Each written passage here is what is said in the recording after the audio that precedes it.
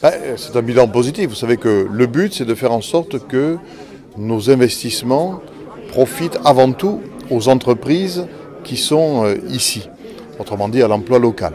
C'est important que chaque citoyen fasse le lien. On a demandé des efforts, notamment à travers les impôts. On fait nous-mêmes des efforts de gestion, des économies.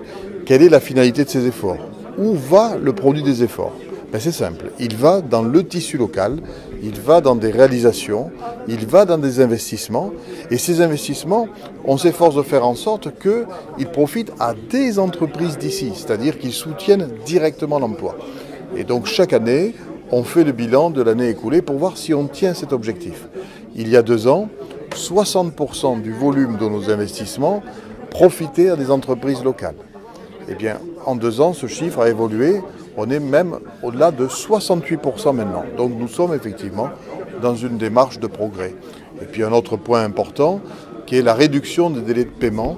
Souvent, des entreprises qui travaillent pour la collectivité envoient leurs factures et attendent un peu trop pour que la collectivité les règle.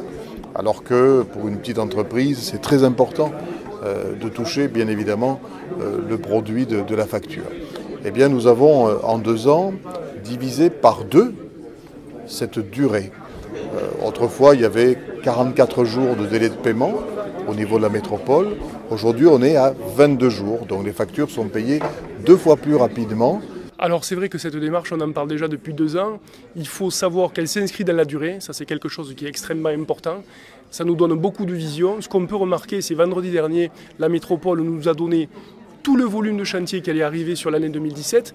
Et ce qui est nouveau, c'est que c'est détaillé, maître d'ouvrage différenciés, les montants, les allotissements, les maîtres d'œuvre, la personne à la ville de Toulouse ou dans les différents services qui s'en occupent, mais aussi les délais, quand est-ce qu'il faut répondre et aussi quand est-ce que les travaux vont se faire. Donc il y a eu un travail énorme qui a été fait sur l'explication en amont de tous les chantiers qu'il va y avoir.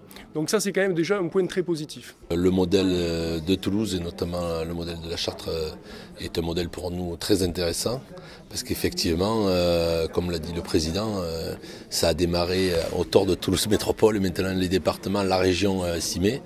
Et c'est un modèle indispensable pour notre emploi. Moi j'ai beaucoup insisté sur l'emploi parce qu'effectivement on sort d'une période difficile, de plusieurs années difficiles. On a la conjoncture qui est là, on sent que ça évolue. Et ce modèle de charte, effectivement, essaye de favoriser, bien sûr, dans le cadre du Code des marchés publics, de favoriser les entreprises locales, que ce soit les PME, que ce soit les filiales de groupe, parce qu'effectivement, il faut savoir qu'il y a beaucoup de filiales de groupe aussi qui sont très ancrées localement depuis des décennies, mais c'est quand même de l'emploi local. Et donc cette charte a un bénéfice qui les chiffres sont parlants.